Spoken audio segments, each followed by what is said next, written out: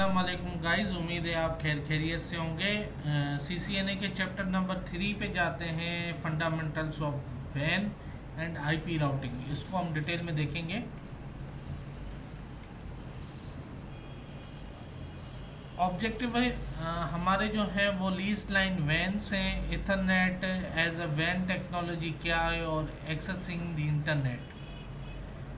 अब हम अगर बात करें स्मॉल नेटवर्क की वन लीज लाइन के साथ, तो उसकी कनेक्टिविटी कुछ ऐसे है। पीसी वन हमारा लैन के साथ कनेक्टेड है और लैन राउटर हमारा लीज लाइन के ऊपर किसी दूसरे राउटर के ऊपर कनेक्टेड है और उसके साथ लैन का जो है लिंक पीसी टू का लगा हुआ है। यानी ये वाली आप सिंपल इस पिक्चर के हिसाब से ये समझ लें कि ये आईएसपी या किसी वेंडर साइड पे कॉन्फ़िगरेशन है और उसने R1 और R2 के दरमियान एक लीज लाइन दी हुई है। अब अगर कॉन्सेप्चुअल हम इसको देखें तो वो कुछ इस तरीके से, जैसे ये बिल्डिंग 1 है। बिल्डिंग 1 में स्विच 11 है जिसमें काफ़ी पीसी कनेक्टेड है। स्विच 12 में दूसरे स्विचेस कनेक्टेड हैं। स्विच 11 स्विच 12 के साथ कनेक्टेड और फाइनली स्विच 12 राउटर 1 के साथ कनेक्टेड है, जो कि 1000 माइल्स दूर किसी R2 के साथ एक लीज लाइन के ऊपर कनेक्टेड है, जहां पर बिल्डिंग 2 की अपनी कनेक्टिविटी है। अगर हम डिफरेंस नेम बात करें तो लाइन और सर्किट जो है सिंक्रोनाइज, इसका जो मकसद है वो वर्ड लिया गया है टेलको टर्मिनोलॉजी से। यानी ये जो लाइन और सर्किट है ये टेली कम्युनिकेशन साइट से वर्ड लिए गए हैं और सर्किट को रेफर हम करते हैं electrical circuit between two and points. यानी दो किसी पीसी या किसी राउटर के दरमियान एक इलेक्ट्रिक सर्किट को हम लीज सर्किट या सर्किट कहते हैं। सीरियल लिंक जो अमूमन रेफर होता है वो राउटर की सीरियल इंटरफेस के ऊपर होता है और ये सीरियल लिंक जो है एक बिट्स फ्लो करती हैं सीरियल केबल के ऊपर। Point to point connection means two devices के ऊपर कनेक्शन को कहते हैं, और जिसमें आपके पीसी टू पीसी हो या किसी वैन टू वैन में आप अगर चाहें तो उसको भी रेफर कर सकते हैं पॉइंट टू पॉइंट कनेक्शन। इसी तरीके से E1 और T1 लाइंस होती हैं। यहाँ पर T1 लाइंस जो होती है वो 1.55 मेगाबिट पर सेकंड को सपोर्ट करती है और ये भी यानी टेलको कंपनीज वगैरह या आप ऐसा समझें कि ISPs वगैरह जो भी होती हैं वो ये लाइन देती हैं टेलीफोन कम्युनिकेशन के लिए। वैन लिंक तो नाम से ही जाहिर है, इसको ज़्यादा हम डिटेल में नहीं देखेंगे। प्राइवेट लाइन यानी वो लाइन होती है जो कि आपके जो है दो यानी ब्रांचेस के दरमियान दी गई होती है और उस पर कोई भी यानी दूसरा जो है बंदा कनेक्टेड नहीं होता, वो आपका प्राइवेट लिंक होता है। उस लिंक के ऊपर जस्ट आपका डेटा ट्रैवल कर रहा होता है। अगर हम पॉसिबली केबलिंग की बात करें तो टेलको सेंट्रल ऑफिस एक साइड पे इनका स्विच होता है, टेलको सेंट्रल साइज 2 पे इसका स्विच कनेक्ट होता है। ये ऐसा समझें कि ये आपका जो है सखर है, ये कराची है, इनकी आपस में कनेक्टिविटी है। अब कोई ऐसी साइड है जो सखर ब्रांच से कराची ब्रांच कनेक्ट करनी होती है, तो ये एक जो है टेलको CO1 से लाइन लेकर सखर ब्रांच के राउटर को कनेक्ट करेंगे और ऐसे ही टेलको 2 जो इनकी कराची में ब्रांच होगी उससे राउटर से ये लेकर कनेक्शन R2 को कनेक्ट करेंगे। तो ये इसी तरीके से एक short lease line between two customer बन जाएगी। आईपी राउटिंग की बात करें कि जब आपका PC2 से बात करता है तो PC2 की डेस्टिनेशन उसके ऊपर होनी चाहिए, तो ट्रैफिक पहले जो फ्लो करेगी PC1 से R1 के ऊपर जाएगी, देन R1 उसको फॉरवर्ड करेगा R2 के ऊपर और R2 के पास डायरेक्ट कनेक्टेड होगा PC, तो वो डायरेक्ट PC2 को डेटा भेजेगा और उसका रिप्लाई भी इसी रिवर्स ऑर्डर में उनको मौसूल होगा।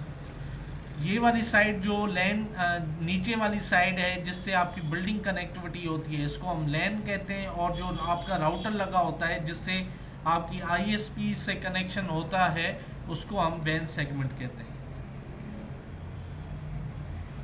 अच्छा, इनकैप्सुलेशन और डी इनकैप्सुलेशन हमने डिटेल में देखी थी, उसको हम यहाँ पर रिपीट नहीं कराएंगे। ये 802.3 जो है इथरनेट का जिसमें हेडर है, ये IP पैकेट आपका स्विच के ऊपर जाएगा, देन स्विच उसको R1 के ऊपर करेगा अब R1 की R2 के साथ सीरियल कनेक्टिविटी है SDLC प्रोटोकॉल के ऊपर, और वो आपका R2 के साथ कनेक्ट है। R2 में वही लैन का सेटअप है, जैसे PC1 का सेटअप है ऐसे PC2 का सेटअप है।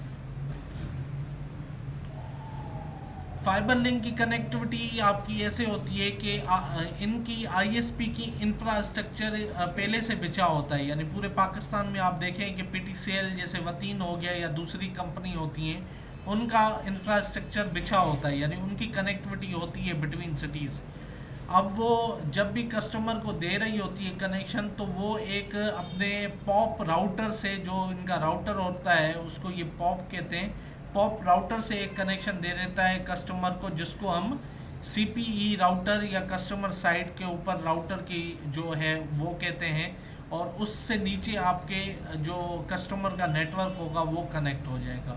इसी तरीके से अगर इनके ऊपर जो है डिफरेंट टाइप्स की जो है कॉन्फ़िगरेशन होती है, तो कराची वाली साइड्स पे वो कराची पॉप से कनेक्शन देते हैं और सखर वाली साइड पे सखर पॉप से कनेक्शन देते हैं। इथरनेट ओवर MPLS बेसिकली आपकी जो है टर्मिनोलॉजी है इनका, मैंने जैसे पहले ही कहा था कि इनकी जो वैन की कनेक्टिविटी होती है उसमें ये डिफरेंट टाइप की सर्विसेज देते हैं, जैसे VPN हो गया, MPLS हो गया। तो ये डिफरेंट टाइप की सर्विसेज आपको दे रही होती है, वो कस्टमर के ऊपर है तो वो कौन सी सर्विस इनसे पिक करेगा। अब MPLS में इनकी कनेक्टिविटी होती है, ये आपके एक लैन को दूसरे लैन के साथ कनेक्ट कर देंगे ओवर लेयर 2 और layer 3, depend on your router और स्विच कॉन्फ़िगरेशन। अब जैसा कि आप इस उसमें देख रहे हैं कि लैन 1 की कनेक्टिविटी हमारी इथरनेट ओवर MPLS में है, जो वैन कनेक्टिविटी ISP साइड से यहाँ से डाटा इस राउटर के ऊपर जाएगा और राउटर इसको इस उसमें कन्वर्ट करके अपने नेटवर्क से गुजार के R2 तक पहुंचाएगा। देन R2 में वही लैन 2 की कनेक्टिविटी होगी जिसमें PC2 कनेक्ट है। अगर इसके लॉजिक की हम बात करें तो पैकेट PC1 से जाएगा जिसकी डेस्टिनेशन R1 के पास होगी। R1 वो सीरियल केबल के थ्रू R2 को बताएगा और R2 की R3 के साथ इथरनेट ओवर MPLS कनेक्टिविटी है, वो इस सर्किट के थ्रू या इस कॉन्फ़िगरेशन के थ्रू R3 के ऊपर जाएगा। देन R3 के पास ये डायरेक्ट कनेक्टेड है और उसके पास पैकेट पहुंचेगा और उसका रिप्लाई भी ऐसे वाइस वर्सा होगा। नेटवर्क लेयर और डेटा लिंक की इनकैप्सुलेशन में भी यही होता है। जब आपका जो है फ्रेम, यानी जो आप इसको बोलते हैं डेटा आपका PC से स्विच के ऊपर जा रहा होता है, तो वो इथरनेट के ऊपर होता है। जैसे वो राउटर के ऊपर पहुंचा तो उसमें राउटर का अपना कम्युनिकेशन प्रोटोकॉल होता है जिसमें ADLC के ऊपर सीरियल केबल के ऊपर पास होगा। देन राउटर 1 के ऊपर आता है, देन उसके बाद राउटर 3 के पास आता है और देन फाइनली PC2 को रिसीव हो रहा होता है। ये R1 की राउटिंग टेबल है, इसमें ये बताया गया है कि भाई आपको 150.154.0 नेटवर्क के लिए जाने के लिए नेक्स्ट हॉप 2.7 यानी इस राउटर के ऊपर जाना पड़ेगा। इसी तरह R2 को ये बताया गया है कि इस नेटवर्क के जाने के लिए आपको इस इंटरफेस पे जाना पड़ेगा, और R3 में ये वाला नेटवर्क डायरेक्ट कनेक्टेड है। जैसे उसके पास पैकेट आएगा तो वो अपने PC को, यानी जो उसके साथ कनेक्टेड होगा, उसको डेटा भेज देगा। ये जो है IPv4 हेडर है, जैसा कि हमने पहले भी देखा था। ये डिफरेंट टाइप्स की फील्ड होती हैं जिसमें लेंथ, वर्जन वगैरह फ्लैग्स होते हैं, टाइम टू लिव, कितनी देर तक पैकेट जो है वो नेटवर्क में रहता है, कौन सा प्रोटोकॉल है, हेडर चेक सम वगैरह, उसमें एरर्स वगैरह चेक होते हैं, पैकेट की लेंथ कितनी है। और इसमें जो काम की दो चीज़ें हैं वो सोर्स IP और डेस्टिनेशन IP, यानी किस PC से डेटा जा रहा है और किस PC पे पहुंच रहा है। अगर हम इस एग्जाम्पल की बात करें तो इसमें PC1 आपका जो है उसके पास ये राउटिंग होगी 4.0 डायरेक्ट कनेक्टेड है और इसका नेक्स्ट हॉप ब्लैंक होगा। इसी तरीके से R2 को पता होगा कि भाई 4.0 ये वाला नेटवर्क है, तो वो अपने नेबर की IP या एग्जिट इंटरफेस IP वो उसको बताएगा। सेम केस होगा R1 के ऊपर, उसको भी यही पता है कि 4.0 के लिए जाने के लिए आपको इस सीरियल नंबर या इस नेक्स्ट स्टॉप के ऊपर जाना पड़ेगा। डीएनएस का जो काम होता है नेटवर्क में, ये उसकी पिक्चर है। डीएनएस का बेसिकली काम होता है आपका नेम टू आईपी की रेजोल्यूशन करना, यानी उसके पास डिफरेंट टाइप्स की एंट्रीज होती है, जिसमें यहाँ पर दिखाया गया है कि सर्वर 1 की आईपी ये है, सर्वर 2 की आईपी ये है। ये डीएनएस के ऊपर एंट्रीज मौजूद होती हैं। जैसे कोई पीसी रिक्वेस्ट करेगा कि भाई मुझे आईपी चाहिए सर्वर 1 के लिए, ताकि मैं उसके साथ डायरेक्ट जो है कम्युनिकेशन कर सकूं, पहली रिक्वेस्ट जाएगी डीएनएस के ऊपर। डीएनएस में ये इसकी एंट्री होगी 10.1.2.3, ये उसकी आईपी इसको पीसी 11 को भेज देगा।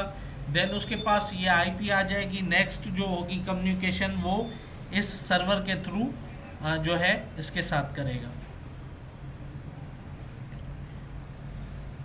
आर्प का जो फंक्शन है वो मैंने पहले भी आपको बताया है। ये आपका IP2 जो है मैक एड्रेस फाइंड करता है। जैसे सेंडर जो है आपका R3 है, उसकी R3 की मैक एड्रेस अपनी है, तो पहले ये आर्प रिक्वेस्ट करेगा कि भाई मुझे इस पीसी की यानी मुझे मैक एड्रेस दो।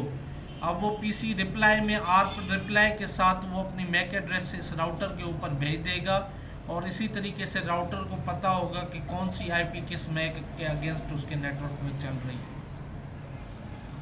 सेम केस पिंग का होता है। अब पिंग में आपका एक यूज़र होता है, वो आपका पिंग करता है किसी भी यूज़र को। अगर वो सेम ब्रॉडकास्ट डोमेन में होगा तो वो उसको रिप्लाई करेगा अपनी आईपी के साथ।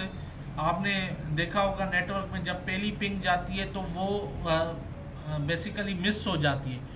उसका पर्पज़ मिस होने का ये होता है कि वो दरअसल एक ब्रॉडकास्ट जनरेट कर रहा होता है या एक आर्प जनरेट कर रहा होता है कि इस पीसी का मैक एड्रेस मुझे चाहिए, ये किधर है। तो वो पहले आर्प रिक्वेस्ट वो फेल होती है, सेकंड एंट्री में उसको रिक्वेस्ट मिल जाती है तो वो डायरेक्ट कम्युनिकेशन करता है उससे। तो पिंग का हमेशा रेस्पॉन्स जाता है आईसीएमपी प्रोटोकॉल होता है, वो आपका इको रिक्वेस्ट भेजता है और उसके रिप्लाई में ICMP echo reply packet receive होता है सेंडर को। ये आज का जो चैप्टर था वो ख़त्म होता है। इंशाल्लाह मज़ीद और जो है वीडियोस के साथ आएंगे। उम्मीद है आपको वीडियो पसंद आई होगी। चैनल को लाइक सब्सक्राइब करना ना भूलिएगा। दुआओं में याद। अल्लाह।